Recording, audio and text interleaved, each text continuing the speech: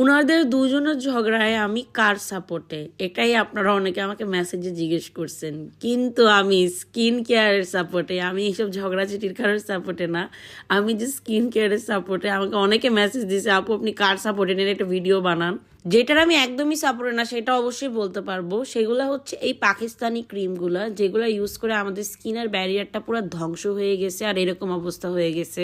আর last time আমি একটা ঘটনাও শেয়ার করবো এই রিলেটেড। আর আজকে আপনাদেরকে একটা ক্রিম দেখাই, যেই ক্রিমটা ব্যবহার করার ফলে আপনারা এই প্রবলেম থেকে একদমই বেঁচে যেতে পারবেন। রিওডার্মা থেকে এই ক্রিমটা আমি অর্ডার করেছিলাম অ্যান্ড এইটা বিদেশে অনেক ফেমাস। এটার রিজন হচ্ছে স্কিন ব্যারিয়ারটাকে রিপেয়ার করে। আর যখন আমরা কোনো হোয়াইটেনিং ক্রিম ইউজ করে থাকি আমাদের স্কিনের ব্যারিয়ারটাই খারাপ হয়ে যায়। তো সেই কারণে আপনি যদি এই ক্রিমটা ব্যবহার করে থাকেন, আপনাদের স্কিনের যেই পাতলা হয়ে যাওয়া, তারপরে স্কিনের মধ্যে হচ্ছে কালো দাগ পড়া, অথবা স্কিন পাতলা হয়ে স্কিনের রক পর্যন্ত দেখা যায়, লাল লাল হচ্ছে ঘামাচির মতো বা লাল লাল পোড়া দাগ হয়ে যাওয়া, এগুলো সবকিছুই হয় আমাদের খারাপ যে কোনো একটা হোয়াইটেনিং ক্রিমের জন্য। সেই পুরো জিনিসটাকে এটা রিস্টোর করে আপনার ফেসের স্কিনটাকে একদম ব্যারিয়ার ঠিক করে এই একটা ক্রিম, যেটা আপনার রিওডার্মায় পেয়ে যাবেন। আর এটা একটু হালকা এক্সপেন্সিভ, বাট আপনার স্কিনের অবস্থা যদি এরকম পর্যায়ে চলে যেয়ে থাকে তাহলে এতটুকু টাকা খরচ করে যে স্কিনের ব্যারিয়ারটাকে ঠিক করা কিন্তু অনেক জরুরি।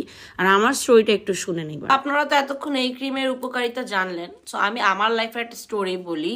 Whitening cream and Pakistani cream বা এনি কাইন্ড অফ এরকম টাইপের হোয়াইটেনিং ক্রিম যেটা আমাদের স্কিনের জন্য অনেক ক্ষতিকারক। সো আমি বলি, এটা মনে হয় আমার কাছে মনে হয় বাংলাদেশের ম্যাক্সিমাম মানুষ বা মহিলারা অনেকেই ইউজ করে থাকে। অ্যান্ড আমি আমার লাইফের একটা এক্সপিরিয়েন্স বলি। আমার ছোটোবেলায় যখন আমার বয়স ছিল 14, 15, 16 এরকম, আমার অনেক পিম্পল হতো, অনেক। আমার ফোনে ওটা ছবিও নেই, ছবিগুলো আসছে হচ্ছে আমার ভাইয়ের কম্পিউটারে, থাকলে আমি দিতাম। লিটারেলি ফুল এইখানে এইখানে ছোট ছোট ছোট ছোট অ্যাকনি দিয়ে আমার পুরো একদম ভরা ছিল। সো তারপরে যখন অ্যাকনিগুলো আমার চলে যায়, যেটা যেহেতু এগুলো আমার টিনেজ অ্যাকনি ছিল, তো অ্যাকনি চলে গেলেও না অ্যাকনির দাগগুলো অনেক থেকে যায়। কিন্তু তখন আমার এই গর্তগুলো ছিল না, ঠিক আছে? কিন্তু অ্যাকনি চলে গেছিলো, গর্ত এত ছিল না যে যেরকমটা এখন আছে বা কয়েকদিন আগে ছিল। এখন অনেক কমছে রিসেন্ট ডেজে, আমি অনেক বছর ধরে স্কিন কেয়ার করার পরে।